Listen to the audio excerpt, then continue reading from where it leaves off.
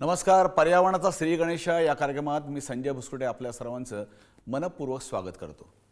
तुम ज्ञानमय विज्ञानमयसे असं तर गणपतीला म्हणलंच जातं, पण त्या गणेशाचं वर्णन करताना तुम प्रत्यक्षम तत्त्वासी असंही म्हटलं जातं. आणि या सगळ्या शीर्षातून अथर्वशीर्षातून गणेशाची असणारी जी संपूर्ण माहिती पाहिली तर त्यामध्ये असणारे सगळे उल्लेख हे गणेशाचं सगळं रूप हे सभोवताचा निसर्ग, सभोवताचं पर्यावरण, सभोवताच्या सृष्टीचा करता करविता असं ज्याचं वर्णन केलं आहे त्या गणरायाचा उत्सव आपण जोरात साजरा करतो आहे. आणि अशा उत्सवामधून जेव्हा आपण उत्साह दाखवत असतो किंवा अशा उत्सवांमधून आपण आनंद व्यक्त करत असतो, तो आनंद व्यक्त करत असताना काही प्रश्न जर का उभे राहत असतील तर त्या प्रश्नांचं निराकरण जे प्रामुख्यानं पर्यावरण आणि प्रदूषणाच्या संदर्भात असतील तर त्याचं निराकरण करण्यासाठी आपण निश्चितच पुढाकार घ्यायला हवा. आणि त्याकरता आज आपण पर्यावरणाचा श्री गणेश या कार्यक्रमात चर्चा करणार आहोत. महाराष्ट्र प्रदूषण नियंत्रण मंडळाचे माननीय सदस्य सचिव doctor Avinash Dhakane sir. Sir, मनपूर्वक स्वागत आपलं. नमस्कार सर. एकूण जर का आपण पाहिलं तर बदलतं स्वरूप, बदलत्या उत्सवातून निर्माण होणारे काही प्रश्न, पण ह्याच्या पलीकडे जागरूकता मोठ्या प्रमाणात लोकांमध्ये येते का? आणि ती जर का येत असेल तर आपण असा आशा धरू शकतो का की काही वर्षानंतर निश्चितपणे पर्यावरणपूरक उत्सव साजरे केले जातील? आता आपण पर्यावरणाचा श्री गणेशा या कार्यक्रमात चर्चा करतोय. खरं तर कुठलाही विकास जेव्हा होतो म्हणजे कारखाने आले, कुठल्या प्रकारे नवीन ब्रिजेस तयार झाले, रेल्वे आल्या, तर तिथे प्रदूषण वाढतं. हो, हवेचं असेल, लोकसंख्या वाढली, पाण्याचं प्रदूषण वाढतं. आणि विकासाबरोबर आपल्याला पर्यावरणपूरक जीवनशैलीसुद्धा आत्मसात करणं गरजेचं असतं. बदल होतोय लोकांमध्ये, परंतु जितक्या फास्ट विकास होतोय तितक्या प्रमाणात तो बदल जो आहे तो होताना दिसत नाही. त्यामुळे आपल्याला इथे थोडंसं अडचणीचं वाटतंय की पाणी आता पोल्युटेड झालं आहे, हवा पोल्युटेड झाली आहे, आणि त्यामुळं आपल्याला याच्यासाठी विशेष परिश्रम हे जे आहेत ते घ्यावे लागत आहेत. शाश्वत विकासाचं ध्येय ठेवून आपण भारताची उभारणी करायला पाहिजे. कारण 2047चं एकीकडे स्वप्न पाहतोय आपण. आपल्याकडे 2070 साली आपण झिरो कार्बन इमिशन करता वाटचाल करणार आहोत. आपण सौर ऊर्जेमध्ये आपला असणारा सहभाग पुढच्या 2030पर्यंत आपला काही उद्दिष्ट ठेवून आपण काम करतोय. या सगळ्या उद्दिष्टांचा विचार केला तर पुढच्या भविष्यामध्ये जे इन्फ्रास्ट्रक्चर वाढणार आहे मोठ्या प्रमाणामध्ये आणि शहराचं नागरिकीकरण वाढणार आहे, तर प्रदूषणाच्या आणि पर्यावरणाचे प्रश्न गंभीर होण्यापेक्षा तर कमी होण्यासंदर्भात ही जी विकासाची वाटचाल आहे ही शाश्वत आहे, त्या पद्धतीने विचार केला जातोय असं आपल्याला वाटतं का? हे पहा की एक गोष्ट झाली की दुसरी गोष्ट निर्माण होते. आता जेव्हा आपण म्हणतो की सौर ऊर्जेमधून क्लीन एनर्जी तयार होईल, हायड्रोमध्ये खरोखर क्लीन एनर्जी होते किंवा nuclear is the best clean energy, त्याच्या खूप सुरक्षाविषयक काही गोष्टी आहेत त्याच्यामध्ये. परंतु सौर ऊर्जे जी आहे ती दिवसा तयार होते, मग त्याच्यासाठी बॅटरी सेल्स लागतील, त्याच्यानंतर त्याचे पॅनल जे आहेत ते समजा खराब झाले तर त्याचं काय करायचं याच्यावर अजून रेग्युलेशन येणं बाकी आहे. शाश्वत विकासाचाच प्रयत्न सगळे करतायत. आपण अनेकदा असं म्हणतो की युरोपमध्ये खूपच सुंदर वाटतं, त्याला स्वर्ग म्हणतात युरोप, म्हणजे स्वित्झर्लंडला गेलं तर तेही देश कधी काळी असे होते, परंतु त्यांनी विकासासोबत हाही प्रयत्न केला की पर्यावरण सुद्धा सुरक्षित ठेवलं. आणि त्यामुळं आपल्याला तिथे काही खराब करावंसं वाटत नाही. आपण तिथे गेलं तर कचरा व्यवस्थित टाकतो, तिथे आपल्या रस्त्यावर कचरा दिसत नाही. तिथे कचरा साफ करायला माणसंच नाही आहेत ना. बरोबर. मग तिथे कोण करत आहे? माणसं कचराच करत नाहीत, म्हणून तिथे गरज नाही. आणि त्यांनी त्यांची एनर्जीची जी आवश्यकता आहे ती म्हणजे कोळसा सोडून इतर मार्गामधून घ्यायचा प्रयत्न केला आहे. जसं आता वरती नॉर्डिक कंट्रीज आहे, स्वीडन आहे, डेन्मार्क, नॉर्वे, जर्मनी, यांच्याकडे खूप चांगल्या पद्धतीने त्यांनी हे अल्टरनेट एनर्जी सोर्सेस तयार केले. इलेक्ट्रिक व्हेकल्सवर मोठ्या प्रमाणावर ते तिकडे कन्वर्ट झाले आणि त्याचे परिणाम तिकडे आज दिसत आहेत. इव्हन चायनासारख्या देशात सुद्धा एवढं प्रोडक्शन असून सुद्धा आपल्याला म्हणजे क्लीन दिसतात सिटीज. आपल्याला अजूनही विचार करावा लागतोय की म्हणजे घाणे आपणच करायचे, काढण्यासाठी पैसे आपल्याच केशातून द्यायचे. ही जरा मानसिकता जी आहे ही बदलायला लागेल. म्हणजे मी मध्यंतरी वाचनात असं आलं की जपानसारख्या देशामध्ये पहिल्या 5 वर्षापर्यंत मुलांवर हेच संस्कार केले जातात, 7 वर्षापर्यंत, की आपण आपल्या पद्धतीने देशाचं प्रेम आणि त्याच्या दृष्टीने आपण व्यक्तिगत स्वरूपात कशी काळजी घेतली पाहिजे. मग तिथले विद्यार्थी त्या ठिकाणी जाऊन स्वच्छतागृह पण साफ करतात, तिकडचे वर्ग पण साफ करतात आणि त्यांच्यामध्ये राष्ट्रीयत्व भिनलं जातं, त्याला सामाजिक जाणीवेचे डोस दिले जातात. अशा पद्धतीने आपण देखील पुढच्या भविष्यामध्ये याचा समावेश करायला हवा का आणि हे स्वीकारलं जाईल का? नाही, आपल्याकडे जी न्यू एज्युकेशन पॉलिसी आहे त्यामध्ये या सगळ्या गोष्टी आहेत आणि आपल्याकडे लहानपणी हे सगळं शिकवलं जात होतं. मी स्वतःही केलेलं, तुम्ही केलं असेल, आपण अनेक आता जे कार्यक्रम पाहताय त्यापैकी अनेकांनी हे सगळं केलेलं आहे. परंतु दुर्दैवाने आता नवीन पिढीला ते करावंच वाटत नाही. मला जर गाडी धुवायची असेल तर मला काही लाज नाही वाटणार. बरोबर. पण तीच माझ्या मुलाला सांगितलं तर कदाचित तो 100 रुपये देईल कोणाला तरी म्हणे गाडी धुवून दे. हा फरक आहे. दुसरा असं आहे की जी जीवनशैली आहे ना, त्या जीवनशैलीत खरा बदल घडला आहे. जसं आता कोविडमध्ये सगळेजण म्हणजे कपडे स्वतः धुत होते, झाडू लोट स्वतः करत होते, सगळं काही करत होते ना. म्हणजे असं काही नाही की करता येत नाही, बरोबर, की वेळ नाही, असंही नाही. पण ते करण्यासाठी सहजपणे लेबर उपलब्ध होतोय कमी पैशात. त्यामुळं आता तुम्ही वेस्टर्न वर्ल्डमध्ये तिथे तासाला $20 $30 घेतात साफसफाई करणारे लोक. तिथे परवडणारच नाही परवडणार. बरोबर. तासाला म्हणजे $1000 झाले. कोण देईल तासाला $1000-1500 रुपये? तर त्यामुळं तिथे सगळं लोक स्वतःच करतात. आपल्या भारतातून तिथे गेलेले उच्च म्हणजे पगार मिळवणारे लोक करतात. आपल्याकडे करायला हरकत नाही. पण दुर्दैवाने काय झालंय की सहजपणे मिळत आहेत गोष्टी. हवा काही पैसे लागत नाही हवेला. खरं आहे. पाणी पण इतकं स्वस्त पाणी कदाचित जगात कुठे असेल. आपल्याकडे म्युन्सिपाल्टीत जे पाणी मिळतं सगळ्याच शहरांमध्ये, त्याला किती खर्च येतो. अर्थात खर्च शेवटी आपल्याच खिशातून देणार म्युन्सिपाल्टीला, कुठून वेगळा पैसे येत नाहीत. परंतु आपण जे आज करतोय ना त्याच्यामध्ये खरंच बदल करण्याची गरज आहे. आपल्या जीवनशैलीमध्ये ओव्हरऑल बदल करण्याची गरज आहे. पण आपण जे म्हणलात जी जीवनशैली आहे त्या जीवनशैलीमध्ये प्रामुख्यानं जर आता एकूण नवीन येणारी जी यूथ आहे, विशेषतः IT सेक्टर असतील किंवा वेगळ्या क्षेत्रात काम करणारे आहेत की तरुण कॉलेजचे विद्यार्थी पण आहेत, या सगळ्यांमध्ये एकदा वापरा आणि फेकून द्या ह्याचं एक मोठ्या प्रमाणात हे झालं आहे. पूर्वी मात्र वेगळ्या पद्धतीने होतं, लोक परत ते वापरत होते. हा जो बदल मोठा झाला आहे त्याच्यामुळे पर्यावरणाचे प्रदूषणाचे गंभीर प्रश्न निर्माण होत आहेत आणि मग सिंगल यूज प्लास्टिकवर बंदीसारख्या गोष्टींकरता खाल अधिनियम आपल्याला करावे लागले. ही सगळी शोकांतिका काय सांगते नक्की? असं आहे की कन्झम्पशन वाढलं आहे, कन्झम्पशन पॅटर्न वाढला, पॅकेजिंग वाढलं. आता लोक दुकानात जाण्यापेक्षा ऑनलाईन मागवतात. त्यामुळे ऑनलाईनचं पॅकेजिंग येतं, ते पॅकेजिंग डिस्पोज करायला लागतं. मग खरं तर हे जर व्यवस्थितरित्या सेग्रिगेट केलं आणि प्रॉपरली ते जर रिसायकल केलं, रियूज केलं तर पॉसिबल आहे.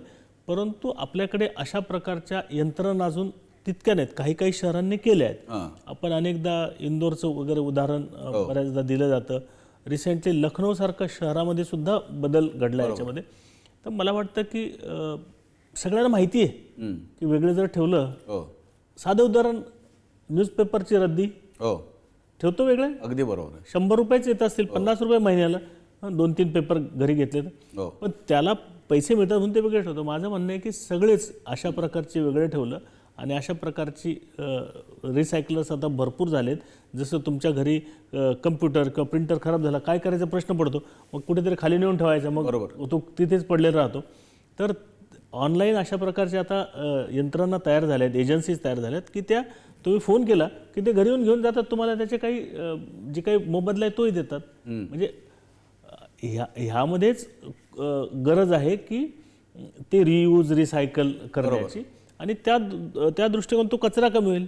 डंप यार्ड जे आहेत म्युन्सिपाल्टीचे, ज्याचा अदरवाईज एअर क्वालिटीवर परिणाम होतो, तर ते कमी होईल. तर ओव्हरऑल इम्पॅक्ट याचा विचार करण्याची गरज आहे. आणि सगळ्यात महत्त्वाचं मी आधी म्हटल्याप्रमाणे की जर सेग्रिगेशन केलं कचऱ्याचं तर अनेक प्रश्न सुटणार आहेत. पूर्वी असं होतं ना की आपल्या घरामध्ये असणारा कचरा साधारणतः जो होता तो ओला कचरा, सुका कचरा इथपर्यंत मर्यादित होतं. आज मोठ्या प्रमाणामध्ये इलेक्ट्रॉनिक वेस्ट ही मोठी समस्या आहे, ज्याच्याबद्दल अजूनही लोकांमध्ये गांभीर्य नाही आहे, पण खऱ्या अर्थाने ते मोठी समस्या आहे.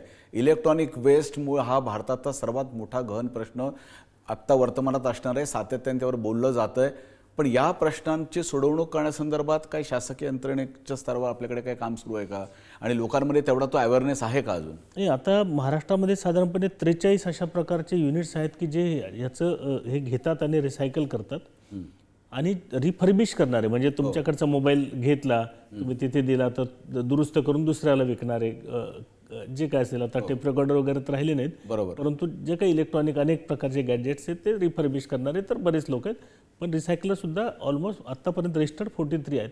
तर ह्याची संख्या वाढवणं, त्याचबरोबर हे गोळा करण्यासाठी आज यंत्रणा आहे ती अजून तितकी सक्षम नाही आहे. ती सक्षम करण्याचा प्रदूषण नियंत्रण मंडळ विचार करते की आणखी कशी सक्षम करता येईल, काय त्यांना सपोर्टची गरज आहे की जेणेकरून हा इलेक्ट्रॉनिक कचरा कुठेही डंप यार्डमध्ये जाणार नाही.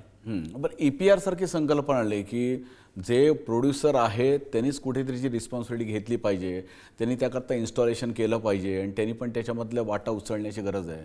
नाही, ते तर आहेच. बघा, केंद्र सरकारने गेल्या 7-8 वर्षामध्ये याच्यात खूप काही बदल घडवले आहेत आणि आणखी काही बदल तुम्हाला थोड्या काही दिवसात याच्यातले दिसणार आहेत EPR सारखे. तर जसं प्लॅस्टिकमध्ये EPR आला, टायरमध्ये EPR आला, ई-वेस्टमध्ये आहे, तर ती जबाबदारी आहे, परंतु ती जबाबदारी पार पाडायला ते सर्टिफिकेट विकत घेऊन करायला लागते. बरोबर. माझं म्हणणं आहे की नागरिकांनी सुद्धा ही जबाबदारी घेतली पाहिजे की मी कचरा असा वेगळा करून दिला तर त्याचं व्हॅल्यू पण मिळेल आणि त्याचबरोबर तो योग्य रीतीने डिस्पोज होईल. म्हणजे आपण पर्यावरणाचा श्री गणेशा हे नाव देण्याचं कारणच मुळामध्ये ते आहे की पर्यावरणाचा श्री गणेशा म्हणजे काय, या गणेशोत्सवामध्ये आपण काहीतरी संकल्प करायला हवा. आपण देवाकडे मागताना मागतो माझं घर होऊ दे, मला गाडी घेता येऊ दे, माझं अजून हे होऊ दे, ते होऊ दे सगळं, पण त्याच्या पलीकडे जे क्षुल्लक आयुष्य आपलं आहे काही वर्षांचं, त्याकरता पुढच्या भविष्याला समृद्ध पर्यावरण कसं जपता येईल याकरता सर काहीतरी संकल्प करायला हवा की नको या गणेशोत्सवामध्ये. कारण आपण फक्त आनंद करतो, म्हणतो आपण मोदक खातो, गोड खातो, बाप्पाला हे आवडतं ते आवडतं, पण बाप्पाला जे मुळात आवडतं ते करायला कुठे अजून आपण पुढे येत नव्हतं, कारण त्याचं गांभीर्य लोकांना आलं नाही असं वाटतं मला. बघा, आपण अनेकदा संकल्प करतो, म्हणजे काही लोक पाडव्याच्या दिवशी करतात, 1 जानेवारीला करतात, सणवार आले की करतात, देवाच्या समोर उभं राहिले की करतात, अडचणीत असलं की देवाला म्हणतात आता मला अडचणीतून सोडव, आणि अनेकदा देव ऐकतोय, परंतु ते ऐकलं की त्यानंतर परत विसरून जातो की झालं बाबा आता माझं काम झालं. पण एक गोष्ट आपल्या समाजामध्ये खूप चांगली आहे की आपल्या समाजात अजून देवाला लोक घाबरतात. बरोबर. आणि साधू संतांना एक महत्त्व अजूनही समाजामध्ये आहे, ती आपली संस्कृती आहे. आपली संस्कृती आणि आपली भाषा या 2 गोष्टींवर जर प्रेम असेल तर ह्या गोष्टी आपोआप घडतील असं मला वाटतं. अच्छा, मग तुम्हाला असं वाटतं की आपण कुठेतरी एक म्हणजे कुठल्याही गोष्टीची श्रद्धा असावी, पर्यावरणा संदर्भामधील बदल करायचं श्रद्धा असावी, अगदी श्रद्धा असावी. मग त्याला अनुशासनाची जोड नको का? नाही, अनुशासन जे आहे ना केवळ कायदे करून येणार नाही किंवा पोलिसिंगने येणार नाही. अनुशासन हे आई वडील देऊ शकतात, टीचर्स देऊ शकतात. काठीने जर सगळं होत असतं तर मग आतापर्यंत काही कुठलेच गुन्हे घडले नसते. बरोबर. कायद्याने आणि काठीने. मला वाटतं की ह्याच्यामध्ये सगळ्यांचीच जबाबदारी आहे. आम्ही काहीतरी प्रयत्न करतोय आता की अशामध्ये म्हणजे रिलिजियस लीडर्सला सुद्धा याच्यात इन्व्हॉल्व करायचं आणि त्या माध्यमातून हे जे आहे पर्यावरणपूरक जीवनशैली कशी जगता येईल, काय बदल केले पाहिजेत, कदाचित म्हणजे बाकीच्या माध्यमातून चालूच आहे, त्याही माध्यमाचा वापर करण्याचा एक विचार चालू आहे. आता बघूया पुढच्या कालावधीमध्ये त्या माध्यमाचा कसा जास्तीत जास्त चांगल्या पद्धतीने वापर करता येईल. आपण जर एक पाहिलं ना तर आपल्याला लक्षात आलं असेल की कोविडच्या वेळेस आपल्याला लक्षात आलं की कोविड नंतर माणूस लक्षात घेऊ लागला की नाही बाबा हे काही खरं नाही आहे आणि सगळ्या गोष्टी करायला लागल्या, जे मगाशी सरांनी सांगितलं. पण सर अशीच वेळ परत आल्यानंतर माणूस सुधारेल आणि मग आता लक्षात गेलं की पृथ्वी आता हे शेवट, नेहमी ते स्टीफन हॉकिंग म्हणतात, मी नेहमी सांगतो की हे शतक सर्वात शेवटचं मानवाच्या हातातलं शतक आहे. मग आपण काहीतरी 1.5 डिग्री टेम्परेचर 2050ला वाढवेल असं वाटत होतं, तर आता आपण जवळपास तिथपर्यंत पोहोचलो आहे. बदलतं हवामान, बदलतं पर्यावरण, अवेळी होणारा पाऊस, ढगफुटी, गारपिटी, या सगळ्या नित्यनेमाच्या गोष्टीला त्याला अनुदानाच्या माध्यमातून आपण काहीतरी मदत करण्याचा प्रयत्न करतो. पण कितपत योग्य आहे ह्याच्यामध्ये बदल, म्हणजे बदलत्या हवामानाप्रमाणे कृषी क्षेत्रात होणारा बदल, बदलत्या हवामानामुळे आपल्या वैयक्तिक सवयींमध्ये होणारा बदल, हे कधी आपण करणार, हे खूप भीषण वाटतंय. बघा की पूर्वी गावात एखाद्या माणसाला जर सलाईन लावलं तर अख्ख्या गावात चर्चा व्हायची आणि आता अरे त्याला सलाईन लावलं म्हणून. बरोबर. आता किती लोकांना ही परिस्थिती येते किंवा दवाखाने, म्हणजे आजार इतके वाढलेत, म्हणजे ज्या आजारांनी पूर्वी लोक मरायचे ते आजार नाहीत, पण आता बाकीचे स्ट्रेस रिलेटेड, हार्टचे, डायबिटीस असे आजार वाढलेत. ह्याचे कारण जीवनशैलीमध्येच आहे. आणि माननीय पंतप्रधानांनी मागे एक म्हणजे मिशन लाईफ सुरू केलं, हो. फिट इंडिया सुरू केलं. मला वाटतं की ह्या गोष्टी खूप महत्त्वाच्या आहेत. मिशन लाईफमध्ये काय आहे, तुम्ही नैसर्गिक जीवनशैली जगा. हो. म्हणजे ज्या गोष्टीचा पुनर्वापर शक्य आहे ते पुनर्वापर करा. तुमचं खानपान जे आहे ते तुमच्या भौगोलिक परिस्थितीप्रमाणे जे आहे, तुमचं स्टेपल फूड जे आहे त्या पद्धतीने तुम्ही ज्वारी, बाजरी, नाचणी जे काय तुमचं असेल, राईस, तर ह्या पद्धतीची जीवनशैली आपली असावी की जेणेकरून आपल्याला आजारच होणार नाहीत. हो, म्हणजे तुम्ही म्हणजे गाडीला सर्व्हिसिंग लागतं ना कधीतरी. खरं आहे, खरं आहे. कुठल्याही मशीन लिफ्टला लागतं, प्रत्येक प्रकारच्या मशीनला सर्व्हिस द्या, कॅमेऱ्याला लागतं, प्रत्येक गोष्टीला सर्व्हिसिंग लागतं. मग बॉडीला सर्व्हिसिंग नको का? बरोबर. मग त्याच्यासाठी तुम्ही त्याला सुद्धा जे काही व्यायाम आहे तो केला पाहिजे. त्याचबरोबर खानपान जे आहे तुमचं ते, आणि तुम्ही पाणी जे पिताय, तुम्ही हवा जी श्वास घेताय, ह्या सगळ्या गोष्टी चांगल्या असतील तर कदाचित आजार कमी होतील. बरोबर. आणि विकास कितीही झाला आणि तुम्हाला प्यायला पाणी तुम्ही चांगलं मिळत नाही, हवा चांगली नाही, तर मग त्या जीवनाला अर्थ काय? हो, आणि किंवा टेम्परेचर वाढतंय, अचानक पाऊस येतोय. यावर्षी मेमध्ये पाऊस झाला खूप, हो. जून जुलै कोरडा गेला. आता जवळपास 8 लाख हेक्टरचं काय महाराष्ट्रात नुकसान झाले. तर हे जे आहे ह्या गोष्टी पुढच्या कालावधीमध्ये आणखी डिफिकल्ट होणार आहेत. मग ह्याचा जर विचार केला, कारण निसर्गावर अवलंबून आहे हे सगळं, आणि मग निसर्गाचं जर चांगलं ठेवण्यासाठी प्रयत्न केला पाहिजे. आपण कोणत्या बाजूने चाललोय, म्हणजे फक्त काही महाराष्ट्रात ठेवून नाही चालणार, लक्षात. आजूबाजू सगळीकडेच ते करावं लागेल. कारण पाऊस आणि पृथ्वीवर जे काही गोष्टी घडतात त्या काही एका ठिकाणावर अवलंबून आहे.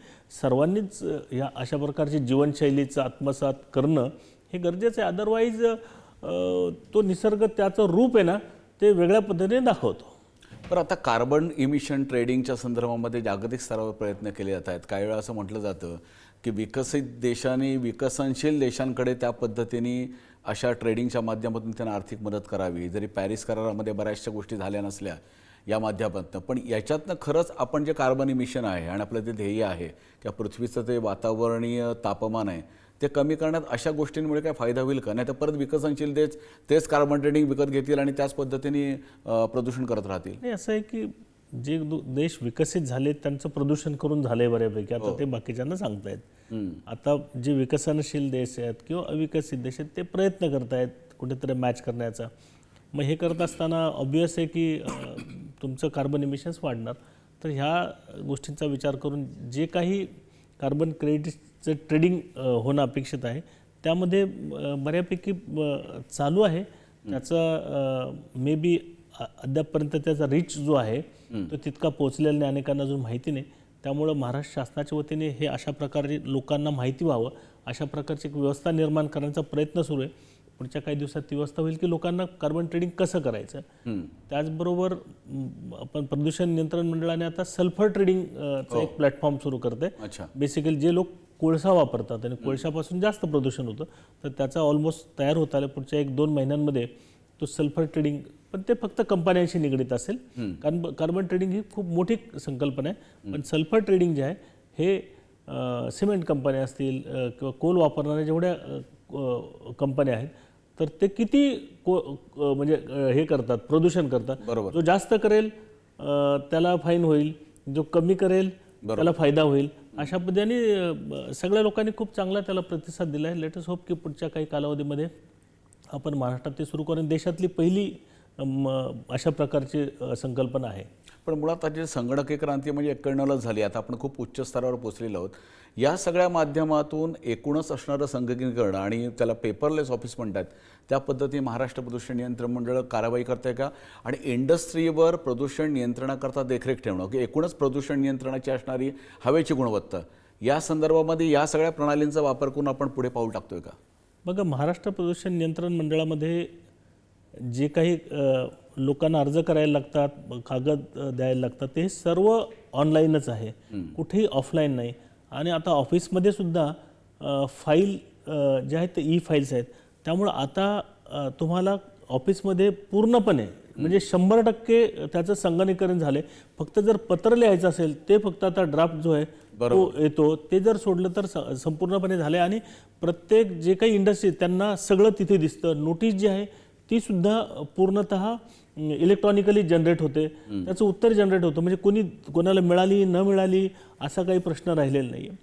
आणि इतरही ज्या गोष्टी आहेत, ज्या काही समजा online continuous emission monitoring system आहेत एअरच्या, वॉटरच्या, तर त्याचे पूर्ण लॉग्स ऑफिसमध्ये येतात. आपण आता व्होलेटाईल ऑर्गॅनिक कंपाऊंड जे असतात तर त्याचं मॉनिटरिंग करतो, साऊंडचं मॉनिटरिंग करतो महाराष्ट्रात 36 ठिकाणी. आपण हे सगळ्या ज्या माहिती आहे तिकडे येतात. आणि एअर क्वालिटी मॉनिटरिंगमध्ये आपण पूर्वीचे 69 केंद्र आहेत महाराष्ट्रामध्ये, पण काही ठिकाणी नव्हते. तर आणखी एक 60 केंद्र आपण नव्याने लावतोय की जेणेकरून महाराष्ट्राचं पूर्ण डेटा येईल आणि जिथे गरज असेल त्याप्रमाणे इंटरव्हेन्शन्स केले जातील. जिथे पोहोचू शकत नाही, जिथे जास्त अडचण असते, तिथे आपण मोबाईल मॉनिटरिंग व्हॅन पण घेतल्या आहेत की ज्या तिथे जाऊन मॉनिटरिंग करू शकतील हॉटस्पॉट्सचं. तर अशा पद्धतीने मंडळ पूर्णपणे प्रयत्न करते. याचं मॉनिटरिंग करणं, लोकांकडून ते काम करून घेणं, जिथे लोकांकडून त्याचं व्हायोलेशन होत असेल तर त्याच्यावर कारवाई करणं. परंतु कारवाई करण्याची वेळ येऊ नये असंच आम्ही लोकांना सांगतो की कारवाई करा. तुम्हाला सांगितलं आहे, तुम्हाला वेळ दिला आहे, तुम्ही पोल्युशन तुमचं कमी करा आणि मग आम्हाला कारवाई करायची गरज पडणार. सर, काही शब्दांमध्ये आपण काय सांगू शकाल की या उत्सवाच्या निमित्तानं आपण लोकांना विनंती वजा एक छोटंसं आव्हान काय करू शकाल? नाही, माझी या निमित्ताने एवढीच विनंती आहे सर्व गणेश भक्तांना की आपण हा सण साजरा करत असताना आपल्या कोणत्याही कृत्यामुळे इतरांना कुठल्या प्रकारची इजा होणार नाही अशा प्रकारचा सण साजरा करावा. यामध्ये पर्यावरणपूरकच गोष्टी वापराव्यात. आणि आवाजाचा खूप त्रास होतो नागरिकांना, पर्टिक्युलरली ज्येष्ठ नागरिक, स्त्रिया, गरोदर, लहान मुलांना, आणि काहींना तर कायमस्वरूपी बहिरे पण येऊ शकतं. आणि माझी खूप कळकळीची विनंती आहे की हे जे मोठ्या प्रमाणात वाद्य वाजवले जातात आणि कर्कश आवाज हे बंद व्हायला हवं. मला वाटतं आजच्या पर्यावरणाचा श्री गणेश या कार्यक्रमाच्या माध्यमातून डॉक्टर अविनाश ठाकरे सरांनी सांगितलेला महत्त्वाचा मुद्दा हाच आहे की हा संकल्प बाप्पाच्या उत्सवाचा करतो आपण की बाप्पाचं असणारं आगमन आणि त्याचे विसर्जन, गणपती बाप्पा पुढल्या वर्षी लवकर या, पण तो लवकर येण्या अगोदर यावर्षी जसा बाप्पा वाजत आला त्या पुढल्या वर्षी आल्यानंतर त्याला आनंद वाटायला हवा. त्याकरता सभोवतालचं पर्यावरण आणि आरोग्य हे समृद्ध असलं पाहिजे. त्याकरता आपण काहीतरी संकल्प करूया. आजच्या कार्यक्रमात सर आपण आलात, खूप चांगली माहिती दिली, त्याबद्दल मनापासून आभार व्यक्त करतो. आणि पर्यावरणाच्या श्री गणेश या कार्यक्रमाच्या माध्यमातून आपण सर्वांना पर्यावरण श्री गणेशोत्सवाची हार्दिक शुभेच्छा देतो. आणि कृपया एकतरी संकल्प करूया, कारण आपल्यासाठी नव्हे तर पुढच्या भविष्यासाठी तो खऱ्या अर्थाने दीपस्तंभ ठरेल. त्यावर इथेच थांबतो. पुन्हा भेटूया अशाच कार्यक्रमाच्या निमित्तानं. आपण पाहत राहा विशेष बातमीपत्र.